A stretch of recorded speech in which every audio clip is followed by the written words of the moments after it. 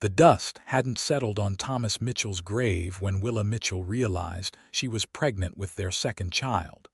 But by the time little Samuel was born, the Arizona sun had already bleached the wooden cross marking her husband's resting place to a pale ghost of its former self. Florence, Arizona, in 1882, was unforgiving to widows, especially those with mouths to feed and land to maintain, and Willa found herself caught between the grinding wheels of grief and survival as the months wore on without mercy or pause. She stood on the porch of her modest ranch house one scorching July afternoon, watching her 5-year-old daughter Emma chase chickens through the yard while baby Samuel nursed at her breast, and wondered how much longer she could keep pretending that everything would somehow work itself out before the whole fragile structure of her life came crashing down around her ears. The ranch needed repairs she couldn't afford. The cattle needed tending she couldn't manage alone, and the bank in town had started sending letters with increasingly urgent language about the mortgage payments Thomas had always handled. Willa had sold off half the herd just to keep food on the table, but even that money was running thin, and she knew the vultures were circling, waiting for her to fail so they could swoop in and claim the land for pennies on the dollar. She wasn't naive enough to think the world cared about her struggles, or that anyone would come riding to her rescue like in those dime novels. She used to read before life taught her that heroes were in short supply, and reality had teeth that bit deep. The sound of hoofbeats brought her head up sharply, her free hand instinctively moving to the rifle she kept propped beside the door. A lone rider was approaching from the east, silhouetted against the brilliant sky, and Willa's heart hammered in her chest as she tried to determine whether this was friend or foe. Florence sat near enough to the Gila River that travelers pass through regularly, but a woman alone with children learned quickly that not all strangers came with good intentions, and the isolation of her ranch meant that screaming for help would only waste breath that could be better spent fighting. The rider drew closer, and Willa could make out more details now. He sat tall in the saddle, his movements easy and confident, and he wore the dusty, practical clothing of a working cowboy rather than the flashy getup of a gambler or the dark suits favored by the land speculators who had been sniffing around her property. His horse was a sturdy bay gelding that looked well cared for but not fancy, and as he approached the yard, he removed his hat in a gesture of respect that immediately eased some of the tension coiled tight in Willa's shoulders. "Madam," he called out, stopping a polite distance from the porch. "Name's Benjamin Xerxes, and I'm looking for work. Heard in town there might be a ranch out this way that could use a hand." Willa studied him carefully, noting the sun-weathered face that suggested he was somewhere in his late 20s, the calloused hands that spoke of hard labor, and the direct gaze that met hers without presumption or disrespect.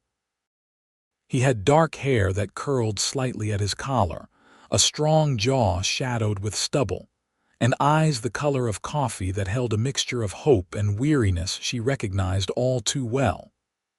"Who told you that?" she asked, her voice sharper than she intended. "Man at the general store, Mr. Patterson," Benjamin replied. "Said the Mitchell ranch might need help, that Mr. Mitchell had passed and left behind a wife trying to manage alone. I've been working ranches since I was old enough to sit a horse, and I'm good with cattle, repairs, and anything else that needs doing.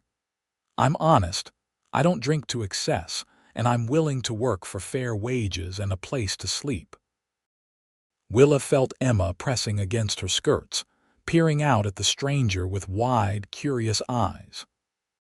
Samuel had fallen asleep at her breast, his tiny fingers curled against her skin, and she shifted his weight carefully as she considered the offer that seemed too good to be true because, in her experience, things that seemed too good to be true generally were.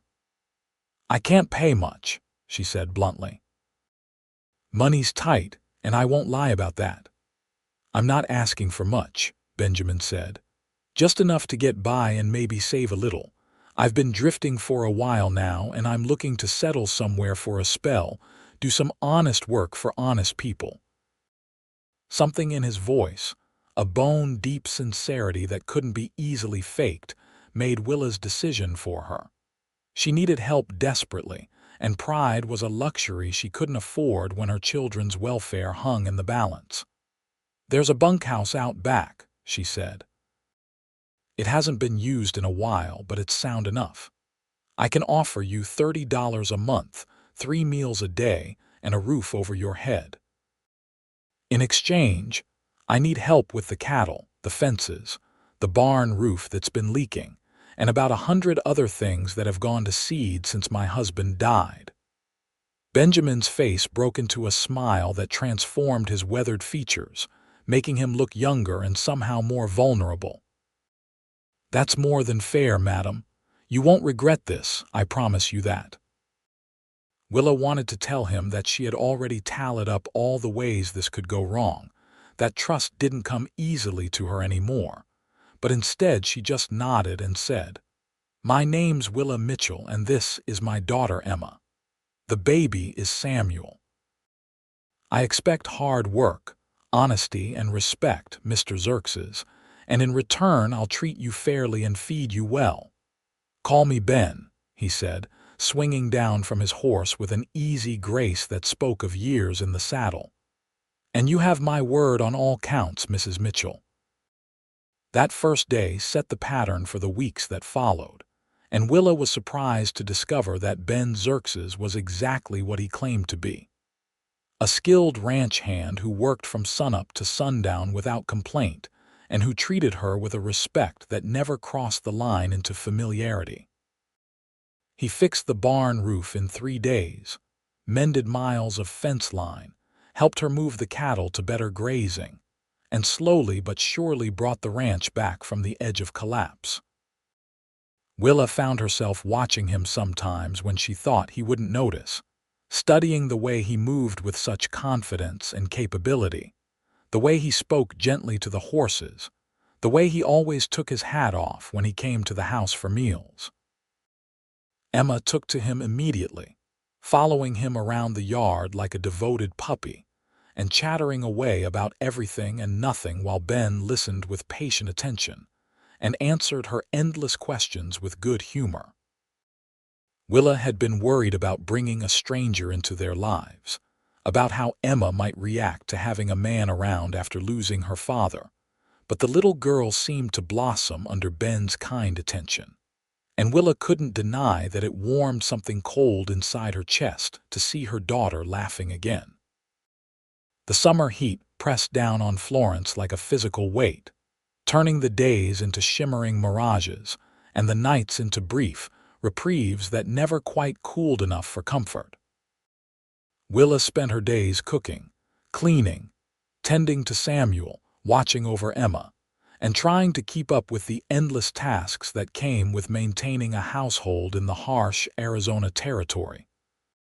She had grown thin in the year since Thomas's death, her dresses hanging loose on a frame that had once been softly curved, and she knew without needing a mirror that grief and exhaustion had carved lines into her face that made her look older than her 24 years. Ben never mentioned it, never looked at her with pity or judgment, and she was grateful for that small mercy. He ate the meals she prepared with genuine appreciation, always thanking her and complimenting her cooking even when she knew the fare was simple and plain. They fell into an easy rhythm, these two broken people trying to piece together something resembling a normal life. And if Willa sometimes caught herself thinking about how nice it was to have help, to have someone to share the burden with, she quickly pushed those thoughts away because it had only been a year, and she wasn't ready to feel anything beyond the grief that had become her constant companion. One evening in late August, as the sun was painting the sky in shades of orange and purple, Ben came to the house looking dusty and tired but with a satisfaction in his eyes that spoke of a job well done. Willa was sitting on the porch with Samuel in her lap and Emma playing at her feet, enjoying the slight cooling that came with sunset, and she looked up as Ben approached with a question in her gaze. "Got the south pasture fence all mended," he reported, leaning against the porch railing. "Should hold through the winter now, no problem. And I checked on the cattle while I was out there. They're looking good, putting on weight nicely." "Thank you," Willa said, and meant it. "I don't know what I would have done if you hadn't shown up when you did, Ben." "This place was falling apart around my ears." Ben shrugged, looking slightly uncomfortable with the praise. "You would have found a way. You're stronger than you think, Willa." It was the first time he had used her given name without the formal Mrs. Mitchell, and something about the intimacy of it made her pulse quicken in a way that had nothing to do with fear or anxiety. She looked down at Samuel's sleeping face, using her son as an excuse to hide her expression, and said quietly, "Strong isn't the same as capable. I can survive, but surviving isn't the same as living." "No," Ben agreed softly. "It isn't." They sat in companionable silence as the stars began to emerge in the darkening sky, and Willa felt something shift between them, some invisible barrier beginning to crack. She didn't know what to do with the feeling, didn't know if she was ready to acknowledge what it might mean, so she stood abruptly and said, "I should get these children to bed. Thank you again for all your work today." Ben straightened, nodding. "Sleep well, Willa." She carried Samuel inside with Emma trailing behind, and as she tucked her daughter into bed and listened to the little girl's sleepy prayers that included a request for God to bless Mr. Ben, Willa realized with a start that she hadn't thought about Thomas all day. The realization brought a wave of guilt so strong, it nearly drove her to her knees, and she stood in the darkened hallway with tears streaming down her face, caught between the past that held her heart hostage and a future that terrified her with its possibilities. The next morning dawned clear and hot, and Willa went through her usual routine with mechanical precision, trying not to think about the confused tangle of emotions that had kept her awake half the night. She prepared breakfast and called Ben to the house, serving him eggs and bacon and fresh biscuits, while carefully avoiding his eyes and keeping her conversation focused on the practical matters of running the ranch. If Ben noticed her withdrawal, he was gentleman enough not to mention it, and the days continued to roll past in their established pattern. September brought slightly cooler temperatures, and the first hints that summer's stranglehold might eventually loosen. And with the change in weather came a change in Willa's circumstances that she had been dreading but couldn't avoid any longer. She had to go into Florence to meet with the banker about the mortgage, and the thought of facing Mr. Thornton and his smug, condescending manner made her stomach churn with anxiety. She had been putting off the meeting for weeks, but his latest letter had made it clear that further delays would not be tolerated, and she knew she had run out of options for avoidance. Ben found her on the porch that evening, staring at the letter with an expression of such despair that he immediately asked, "What's wrong?" Willa handed him the letter wordlessly, too tired to maintain the pretense that everything was fine.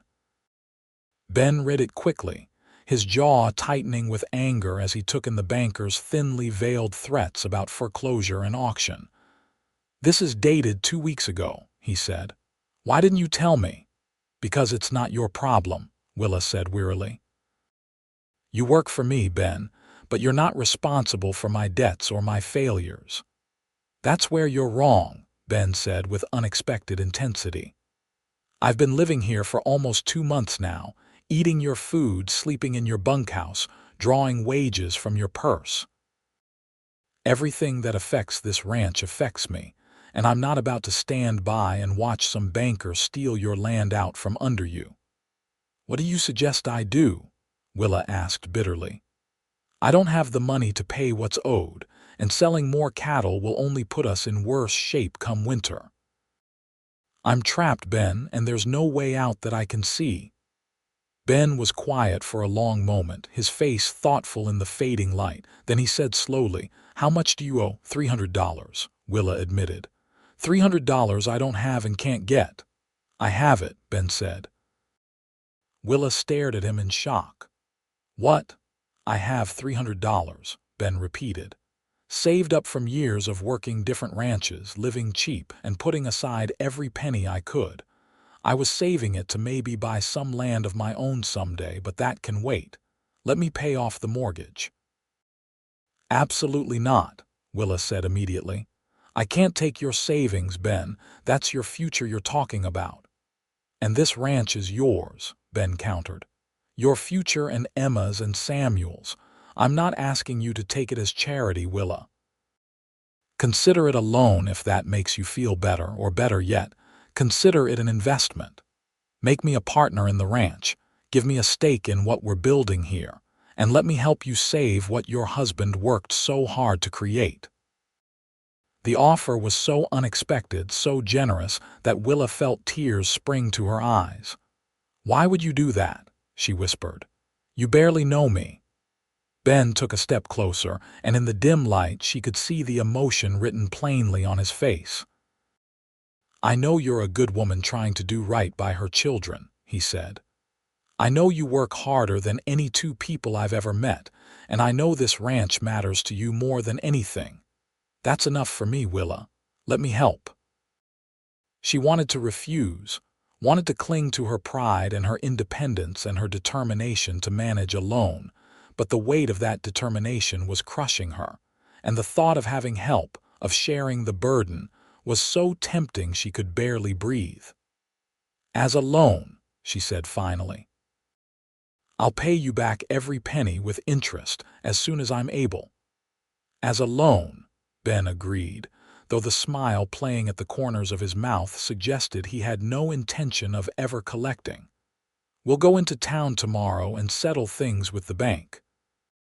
That night, Willa lay in bed thinking about the man sleeping in her bunkhouse, this stranger who had ridden into her life and somehow become essential to her survival.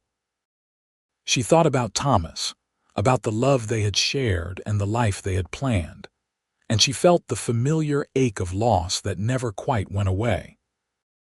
But underneath the grief, fragile and new, was something else. A tentative hope that maybe, just maybe, there was still life to be lived beyond mere survival.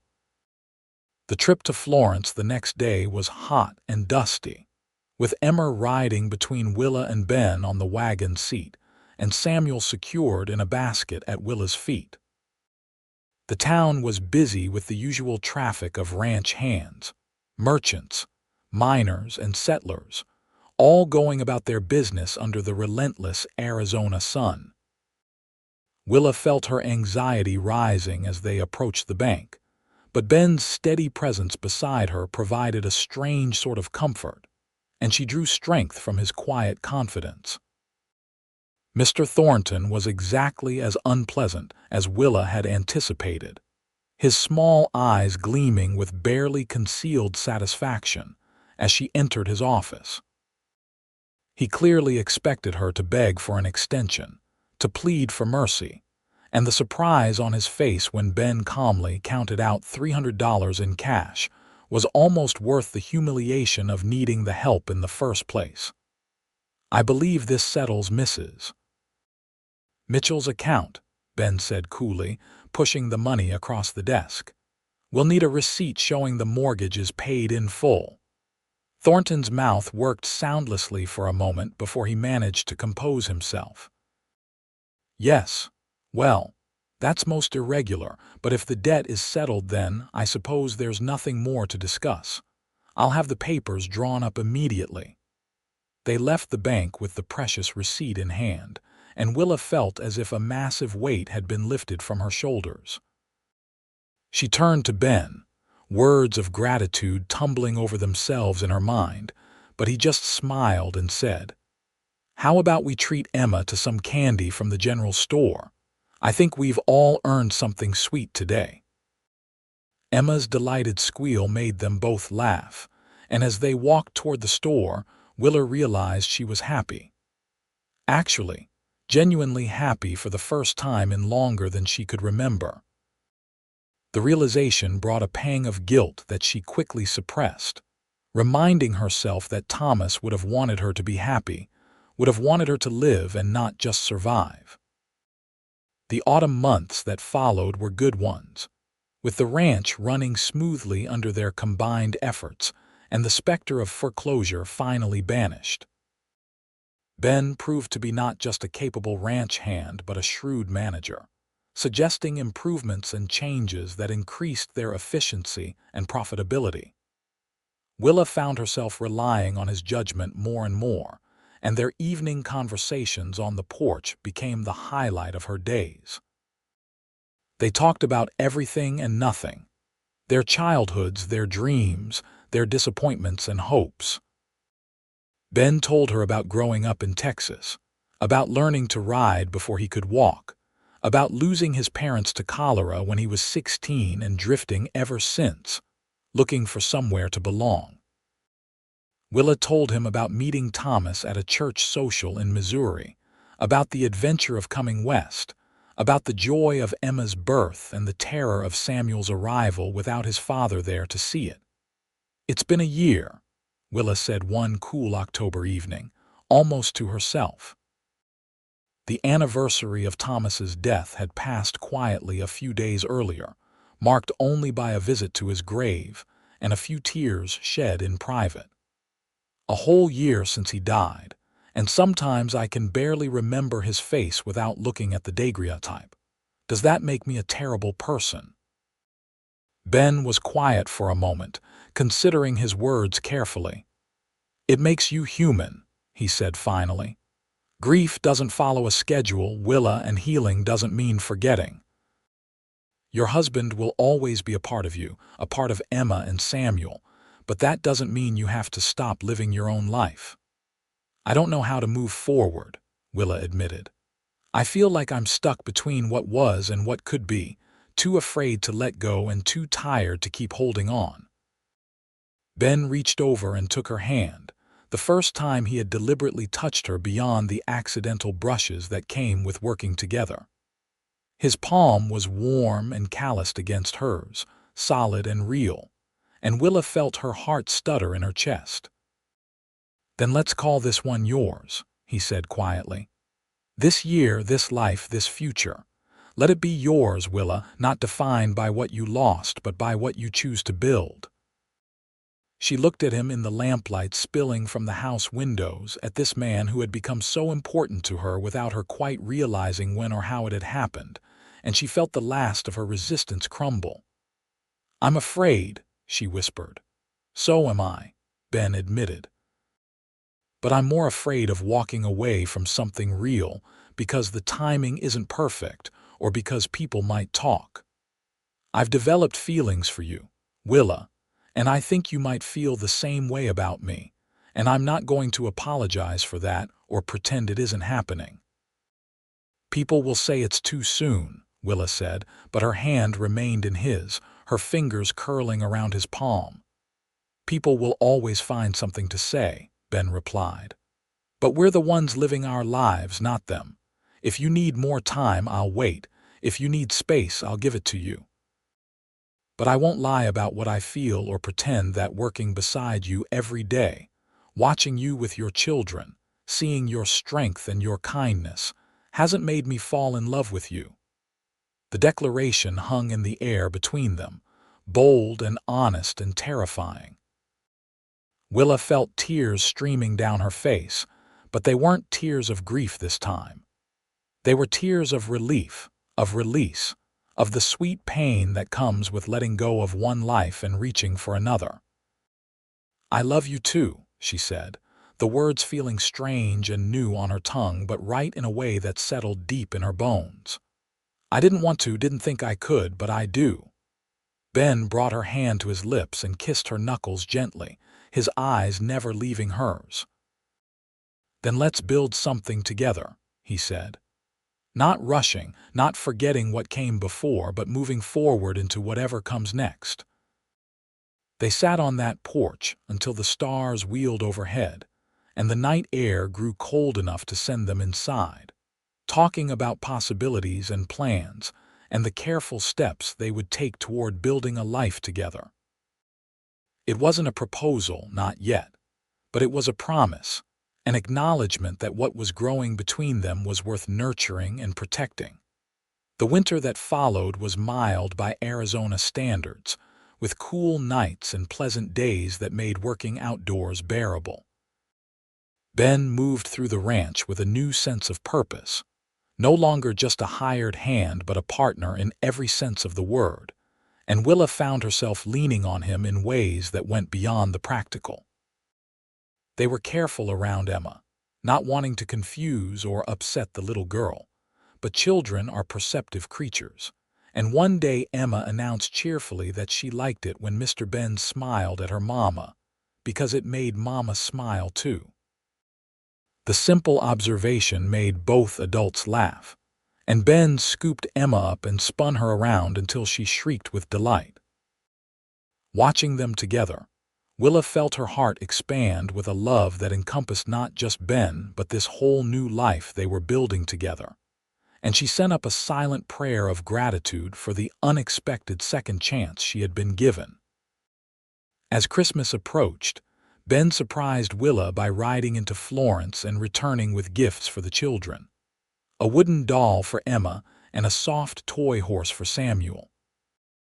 The extravagance worried Willa until Ben explained that he had been doing some work for neighboring ranches on his days off, earning extra money that he wanted to spend on the family that had come to mean everything to him. "You don't have to buy their affection," Willa said gently. "They already love you, I know," Ben said, looking almost shy. "But I wanted to give them something, wanted them to have a good Christmas. Last year must have been hard with Thomas so newly gone and all the uncertainty. This year should be better." It was better, gloriously so, with laughter and joy filling the small ranch house in a way it hadn't since before Thomas's death. They decorated with pine branches Ben had hauled down from the mountains, strings of popcorn Emma had helped thread, and candles that made everything glow with warm light. On Christmas Eve, after the children were in bed, Ben gave Willa a gift of her own, a beautiful shawl in deep blue that he said matched her eyes. "It's too much," Willa protested, even as she wrapped the soft wool around her shoulders and felt tears prick her eyes at the thoughtfulness of the gesture. "It's not enough," Ben countered. "Not nearly enough for everything you've given me. A home, a purpose, a reason to stay in one place and put down roots. I've been drifting for 10 years, Willa, and I didn't even realize how tired I was until I found somewhere I actually wanted to stay." Willa reached up and cupped his face in her hands, feeling the scratch of his beard against her palms, and kissed him. It was the first kiss they had shared, sweet and tentative and full of promise, and when they finally drew apart, both of them were trembling. "I want you to stay," Willa whispered. "Not as a ranch hand or a business partner, but as my husband, if you'll have me." Ben's answering smile was brilliant enough to outshine the candles. "Are you proposing to me, Willa Mitchell?" "I suppose I am," Willa said, laughing through her tears. "Is that terribly forward of me?" "It's perfect," Ben said, pulling her close and resting his chin on top of her head. "And yes, I'll marry you. I'll be a husband to you and a father to Emma and Samuel.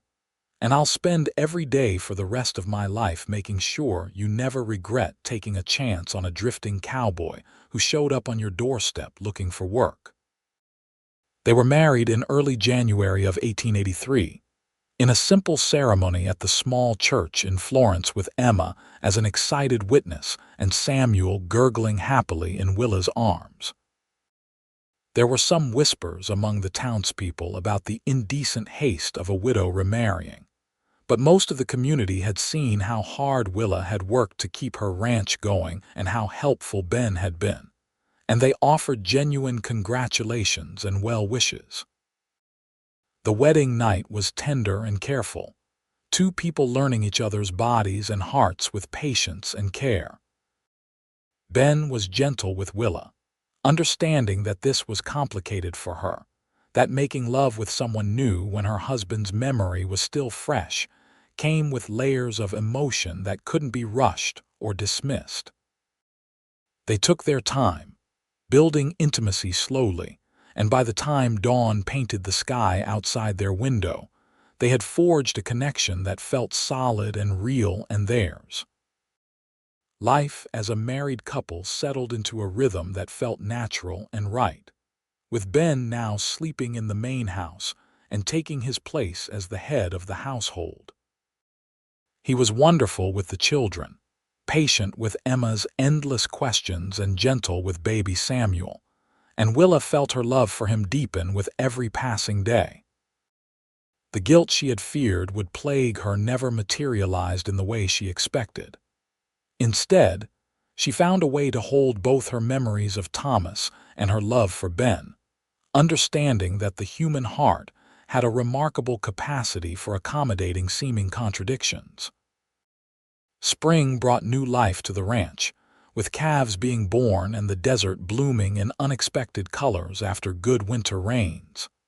Willa discovered she was pregnant again in April, and the joy on Ben's face when she told him made her cry happy tears. This would be his first biological child, a tangible symbol of the life they were building together, and he approached her pregnancy with a mixture of excitement and nervousness that was endearing. "What if I'm not a good father?" he asked one night as they lay in bed with his hand resting on her still flat stomach. "You're already a wonderful father to Emma and Samuel," Willa assured him. "This baby will be blessed to have you just like they are." The pregnancy progressed smoothly, and Willa bloomed with health and happiness in a way she hadn't during her previous pregnancies. Ben hovered and fussed and drove her slightly crazy with his concern, but she loved him for it, loved the way he cared so deeply about her welfare and their growing family. In late summer, they hired a couple of ranch hands to help with the increased workload, two young men from town who were eager to learn and willing to work hard. This freed up more of Ben's time to focus on expanding their operation, and under his guidance, the ranch began to truly prosper. They bought more cattle, improved their breeding stock, and built a reputation for quality animals that brought buyers from as far away as Tucson. Willa gave birth to a healthy baby boy in December of 1883, and they named him Benjamin Xerxes, honoring both his father and the man who had come before. Little Benjamin, quickly nicknamed Benji to distinguish him from his father, had his mother's blue eyes and his father's dark hair, and Big Ben walked around looking dazed and proud for weeks after his son's arrival. Emma adored her new baby brother, helping Willa with the endless tasks that came with caring for an infant, and even Samuel, now a toddler, seemed fascinated by the tiny newcomer. The house was full and loud and chaotic, and Willa had never been happier. The years that followed were good ones, marked by hard work and steady prosperity. The ranch grew, the children grew, and Ben and Willa's love grew deeper and stronger with each passing season. They had their challenges, certainly. Droughts that tested their resources, cattle diseases that required careful management, the occasional dispute with neighbors over water rights or fence lines. But they faced everything together, united in their determination to build something lasting for their family. In 1885, Willa gave birth to a daughter they named Rose Winifred, a tiny, delicate baby who looked just like her mother and had her father wrapped around her little finger from the moment she drew her first breath. Emma, now 8 years old, took her role as big sister seriously and helped care for Rose with a maturity that made both parents proud. The ranch hands they had hired proved reliable and skilled, allowing Ben to take on a more managerial role that included buying and selling cattle, negotiating contracts, and representing the ranch in town. He was well respected in the community, known for his honesty and fair dealing, and Willa took pride in seeing how far he had come from the drifting cowboy who had shown up at her door looking for work. Florence itself was growing and changing, with the railroad bringing new opportunities and new people to the Arizona territory. There was talk of statehood eventually, though everyone agreed that was still years away, and the wild lawlessness that had characterized the region in earlier decades was gradually giving way to more settled civilization. Ben and Willa occasionally talked about Thomas, about the man whose death had indirectly brought them together, and Willa made sure the children knew about their father and biological grandfather.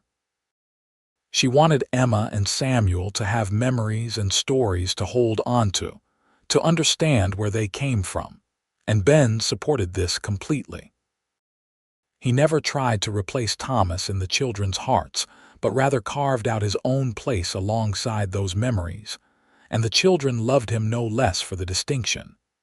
In the spring of 1887, Emma turned 10 years old, Samuel was 5, Benji was 3, and Rose was 2. The house was constantly full of noise and laughter, and Willa looked around her dinner table one evening at her beautiful, chaotic family and felt overwhelmed with gratitude. Ben caught her eye and smiled, understanding without words what she was feeling, and reached over to squeeze her hand. "What are you thinking about?" he asked later that night as they sat on the porch, a habit they had maintained throughout their marriage. "Everything," Willa said. "How different my life is now compared to 5 years ago. How scared I was back then, how certain I was that I was going to lose everything." "But you didn't," Ben said. "You fought and survived and built something amazing." "We built something amazing," Willa corrected. "I couldn't have done any of this without you, Ben.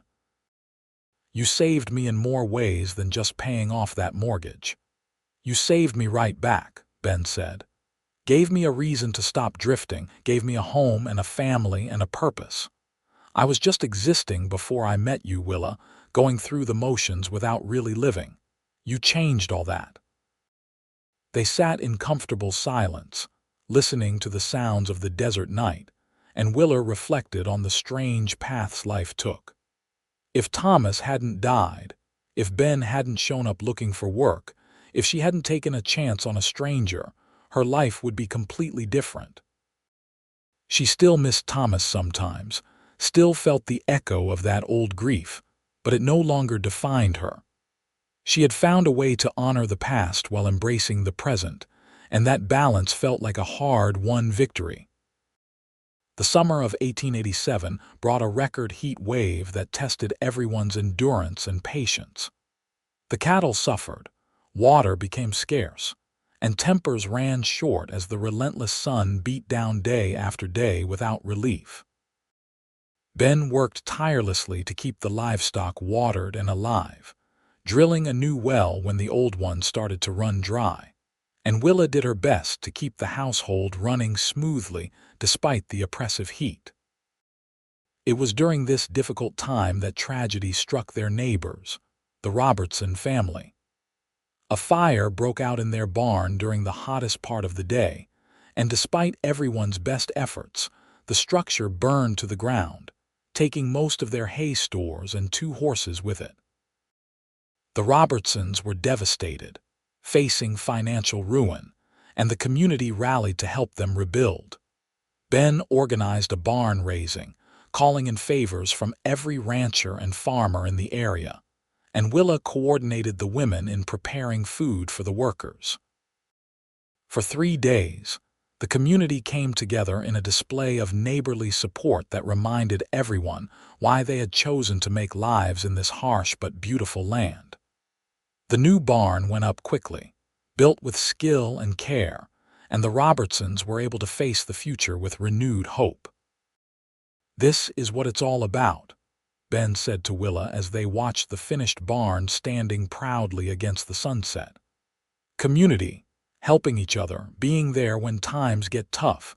This is what makes life out here worth living.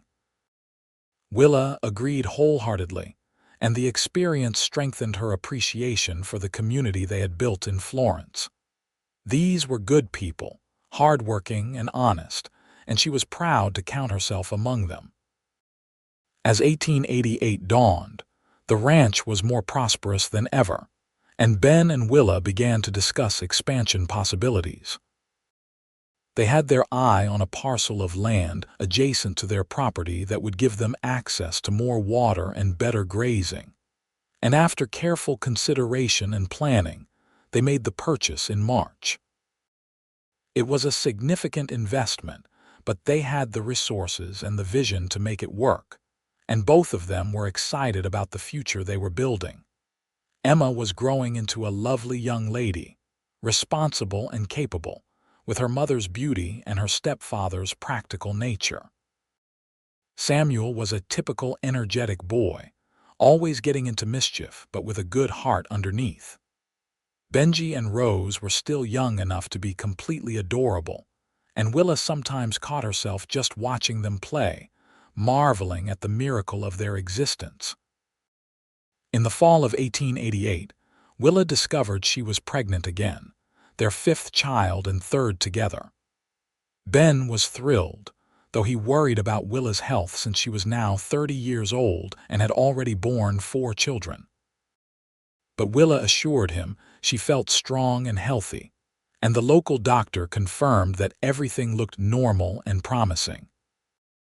This pregnancy was different from the others in that Willa finally felt relaxed and confident, no longer haunted by the fears and anxieties that had plagued her earlier experiences. She had Ben by her side, a solid home, financial security, and the knowledge that whatever happened, they would face it together. That certainty was worth more than gold. The baby was born in May of 1889, another boy they named William Thomas, honoring both of his grandfathers. William was a placid, easy baby who seemed content to watch the world with wide, curious eyes, and he fit into the family as if there had always been a space waiting for him. Life continued its steady rhythm through the years that followed, bringing both joys and sorrows, but always moving forward.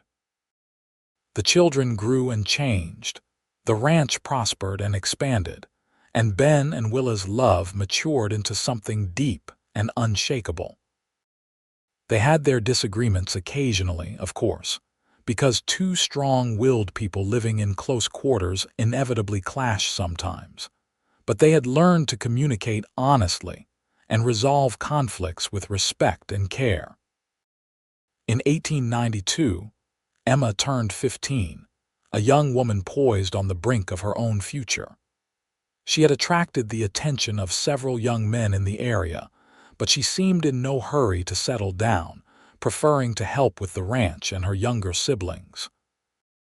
Willa recognized her own independence in her daughter and didn't push, understanding that Emma would find her own path in her own time. Samuel, now 10, was Ben's shadow, learning everything he could about ranching and cattle and the business of running a successful operation. He had his biological father's name but Ben's mannerisms and values, and Willa sometimes marveled at how seamlessly Ben had woven himself into their family fabric. Benji, at 8 years old, was the family's peacemaker, always trying to smooth over disagreements and make everyone happy. Rose, 7, was fearless and adventurous, constantly giving her parents heart attacks with her daring exploits. William, now 3, was the baby of the family and thoroughly spoiled by his older siblings. One evening in the summer of 1892, Ben and Willa celebrated their 9th wedding anniversary with a quiet dinner after the children were in bed. They had come so far from those tentative early days, and Willa looked across the table at her husband with eyes full of love and appreciation. "Have you been happy?" she asked suddenly. Truly happy, I mean. No regrets about the drifting life you gave up. Ben reached across the table and took her hand, his thumb rubbing gentle circles on her skin. Not a single regret, he said firmly. I've been happier these past years than I ever imagined possible. You and the children, this ranch, this life we've built together. It's everything I never knew I wanted, Willa. Coming here was the best decision I ever made. Finding you was the miracle I needed but didn't think to pray for, Willa said softly. When you rode up that day, I was drowning, Ben. I was trying so hard to keep my head above water and failing, and I was too proud and too scared to admit how desperate I was. You saved me, but more than that, you taught me it was okay to accept help, okay to lean on someone, okay to build a partnership instead of trying to carry everything alone. We saved each other, Ben said. That's what love does, Willa. It lifts us up when we're falling and gives us strength when we're weak. I love you more today than I did the day we married, and I'll love you more tomorrow than I do today. That's my promise to you. They finished their dinner in comfortable silence, then moved to the porch for their nightly ritual of watching the stars emerge and talking about everything and nothing. It was these quiet moments that Willa treasured most, this peaceful intimacy that came from years of building a life together. As the years rolled on, the children continued to grow and find their own paths. Emma eventually fell in love with a young rancher from Tucson, a good man named Daniel who reminded both Ben and Willa of Thomas in his quiet steadiness and gentle humor. They married in 1895, when Emma was 18, in a beautiful ceremony that had Willa crying happy tears throughout. Samuel proved to have a gift for working with horses, breaking and training them with a patience and skill that earned him a reputation throughout the territory. He was content to stay on the family ranch, working alongside Ben and learning the business from the ground up with the understanding that someday it would be his to manage. Benji showed an interest in the business side of ranching, keeping meticulous records and demonstrating a head for numbers that suggested he might eventually take over the financial management of the operation. Rose announced at 13 that she intended to become a teacher, much to everyone's surprise, and threw herself into her studies with determined focus. William was still young enough that his future remained uncertain, but he showed signs of being equally comfortable with books and cattle, suggesting he had inherited the best of both his parents. The Arizona Territory continued to change and grow, with more settlers arriving every year and towns springing up where there had once been only desert. Florence benefited from this growth, gaining new businesses and amenities that made life more comfortable and convenient.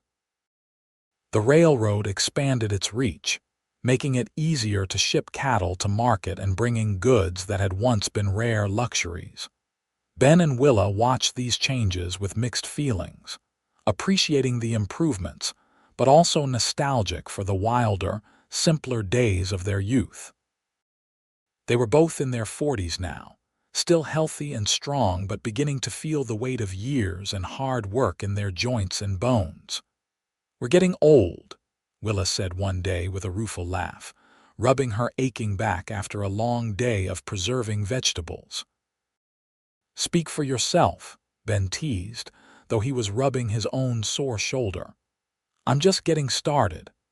They laughed together, comfortable enough in their relationship to joke about aging and mortality without fear. They had built something solid and lasting, and while neither of them expected to live forever, they both felt confident that what they had created would endure beyond them.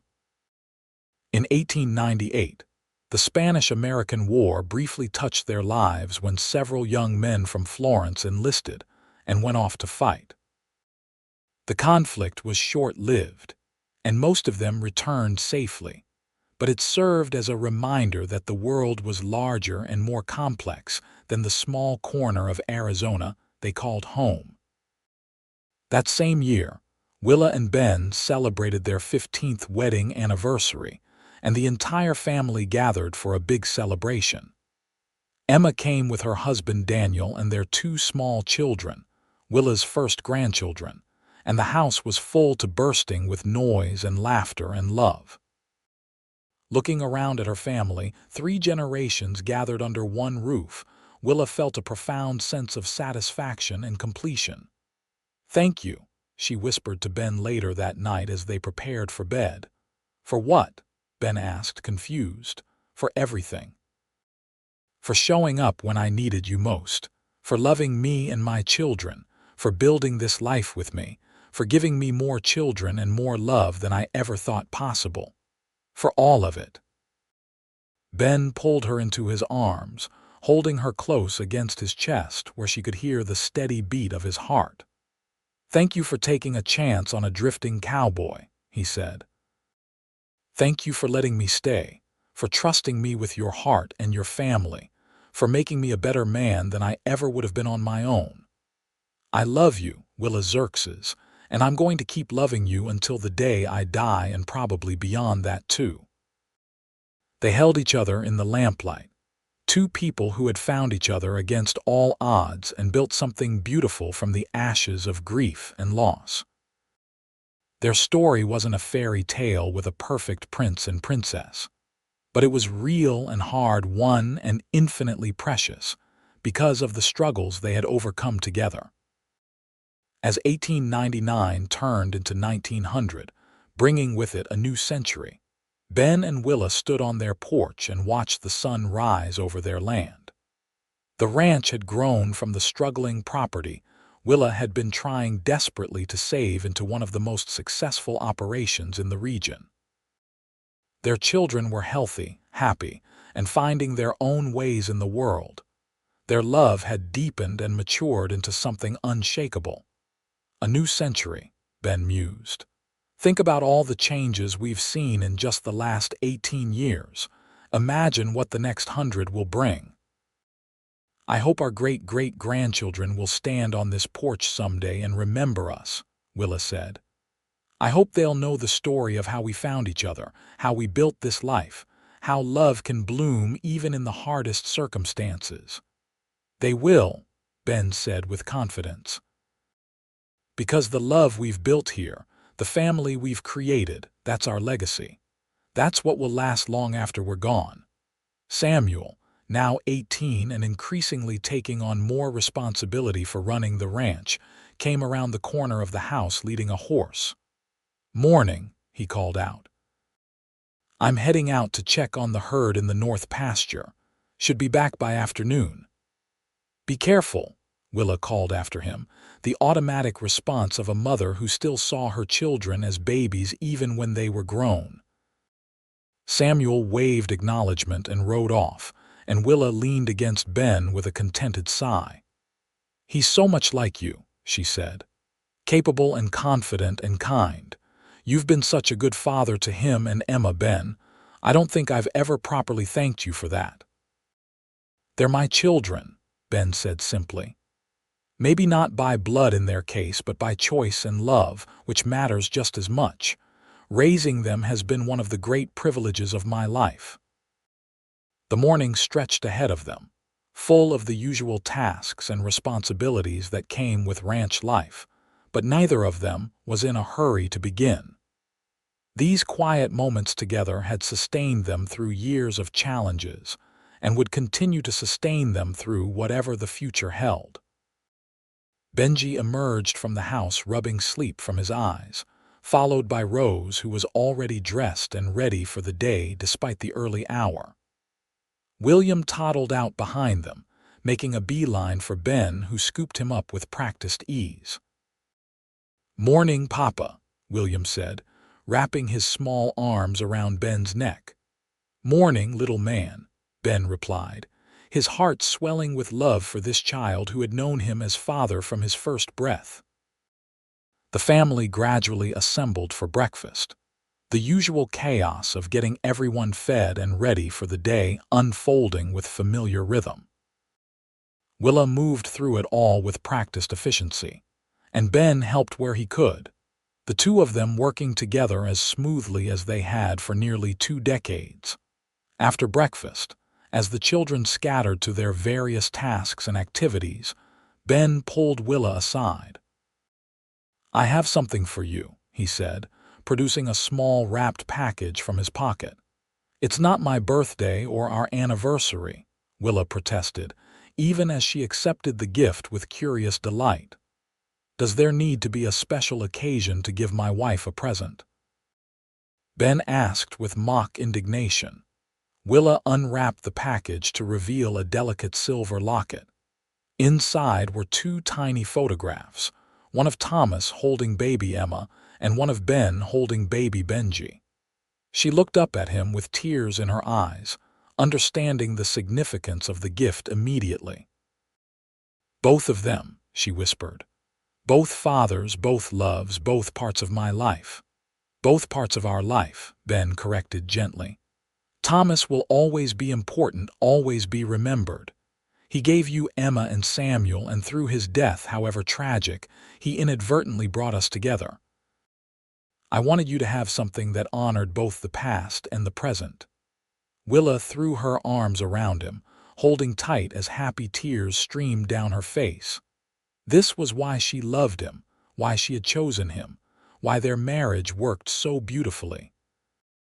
He understood her in ways no one else ever had, accepted all of her, including the parts that still grieved and remembered, and loved her not despite her complexity but because of it. The years continued to pass, bringing more changes and growth. Arizona achieved statehood in 1912, a moment of celebration throughout the territory. Emma and Daniel had 4 children total, all healthy and thriving. Samuel married a sweet girl from Florence named Catherine in 1904, and they gave Willa and Ben 3 more grandchildren. Benji followed his dream of combining ranching with business, eventually opening a cattle brokerage that served ranchers throughout the region. Rose became a teacher as she had planned, educating children in Florence's growing school system. William, the baby of the family, proved to have his father's way with horses and his mother's head for management, positioning himself perfectly to eventually take over the family ranch. Ben and Willa grew old together, their hair turning gray and their faces lined with the marks of a life well lived. They remained active in the ranch operations well into their 60s, though they gradually turned over more responsibility to their capable children. Their love remained constant, a steady flame that warmed their lives and inspired everyone who knew them. On a warm spring evening in 1920, as they sat in their customary spot on the porch watching the sunset, Willa looked at Ben and felt overwhelmed with gratitude for the life they had built together. 37 years of marriage, 6 children, 17 grandchildren, and 1 great-grandchild so far. The ranch that had nearly been lost to foreclosure was now one of the most respected operations in Arizona, employing dozens of people and supporting multiple branches of their extended family. "Do you remember the day we met?" Willa asked, even though they had reminisced about it countless times over the years. "Every detail," Ben confirmed. "You standing on that porch with Samuel at your breast and Emma hiding in your skirts, looking fierce and frightened and so beautiful it made my heart stop. I knew right then that I wanted to stay, wanted to be part of whatever you were building." "I thought you were too good to be true," Willa admitted. "A skilled ranch hand showing up exactly when I needed one. It seemed like a trick or a trap." "Best trick ever played if it was," Ben said with a laugh. "Look what came of it." They sat in comfortable silence as the sky painted itself in shades of orange and pink and purple, the desert evening cool and perfect. Willa reached over and took Ben's hand, their fingers intertwining automatically after decades of the same gesture. "It's been a good life," she said softly. "The best," Ben agreed. "I wouldn't change a single thing. Not even the hard parts, The droughts and the debts and the disagreements, especially not the hard parts, Ben said. Those are what made us strong, what proved we could weather anything together. Easy lives don't build character, Willa. We earned every bit of happiness we've had. As the stars began to emerge in the darkening sky, their great-grandchildren's laughter drifted from inside the house where the extended family had gathered for Sunday dinner. The sound of it, the beautiful chaos of a family built on love and sustained by effort, was the sweetest music either of them had ever heard. "You think we did it right?" Willa asked. "Raised good children, built something lasting, made a difference." Ben squeezed her hand gently. "Look around you," he said. "Look at our children and grandchildren, all of them good people living good lives. Look at this ranch, still thriving after nearly 40 years. Look at the community we've been part of, the lives we've touched, the legacy we're leaving." "I'd say we did more than right, Willa. I'd say we did something extraordinary."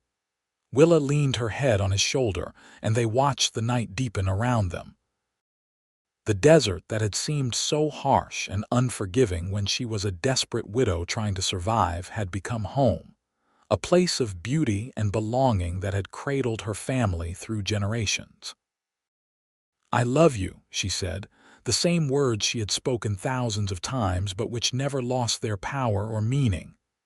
"I love you too," Ben replied, pressing a kiss to the top of her head. "Always have, always will." They remained on the porch until late, reluctant to go inside and end this perfect evening. When they finally retired to bed, they held each other close, two people who had found love in unexpected places and built something beautiful from the ruins of loss. Ben and Willa Xerxes lived well into their 80s, remaining active and engaged with their family and community until the very end. They died within 6 months of each other in 1928, their love story complete, but their legacy continuing through the generations they had created. The ranch remained in the family, passed down through William and eventually to his children, a testament to the determination of a widow who refused to give up and the cowboy who loved her enough to stay. On the mantel in the ranch house, carefully preserved and honored, sat 2 photographs side by side, Thomas Mitchell holding baby Emma and Ben Xerxes holding baby Benji. Both men, both fathers, both essential parts of the family story. And between them, in a place of honor, sat Willa's locket, that precious gift Ben had given her so many years ago, a symbol of how love could encompass both past and present, grief and joy, loss and renewal. The family gathered every year on the anniversary of Ben and Willa's wedding to tell their story to the younger generations, making sure that everyone understood how the ranch had been saved, how 2 broken people had found each other and built something extraordinary. The tale of the widow who lost everything and the cowboy who helped her reclaim it became family legend, a reminder that even in the darkest times, hope could emerge, love could bloom, and second chances could lead to the most beautiful endings. When great-great-grandchildren asked about the people in the old photographs, they were told about Thomas Mitchell, who had loved his wife and daughter fiercely, and whose death had nearly destroyed the woman he left behind. And they were told about Benjamin Xerxes, the drifting cowboy who had shown up looking for work and instead found a home, a family, and a love that transformed both their lives. But most of all, they were told about Willa Mitchell Xerxes, the strong, determined woman who had survived loss and hardship and had found the courage to love again, to build again, to hope again.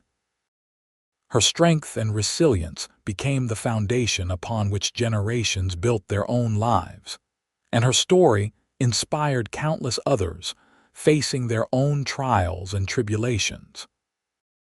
The ranch still stands today, modernized but recognizable, a thriving operation that employs dozens and supports multiple families. The original house, carefully maintained and preserved, serves as a reminder of simpler times and harder struggles. And on summer evenings, family members still gather on that same porch where Ben and Willa spent so many hours talking and dreaming and building their future, feeling the presence of those who came before and understanding that love, real love, never truly dies but lives on in the lives it touched and the legacy it created. The story of the widow and the cowboy became more than just family history. It became a testament to the resilience of the human heart, the power of second chances, and the truth that sometimes the most extraordinary love stories begin with the simplest words. "I'm looking for work, and I need help," and eventually, "It's been a year," answered with, "Then let's call this one yours."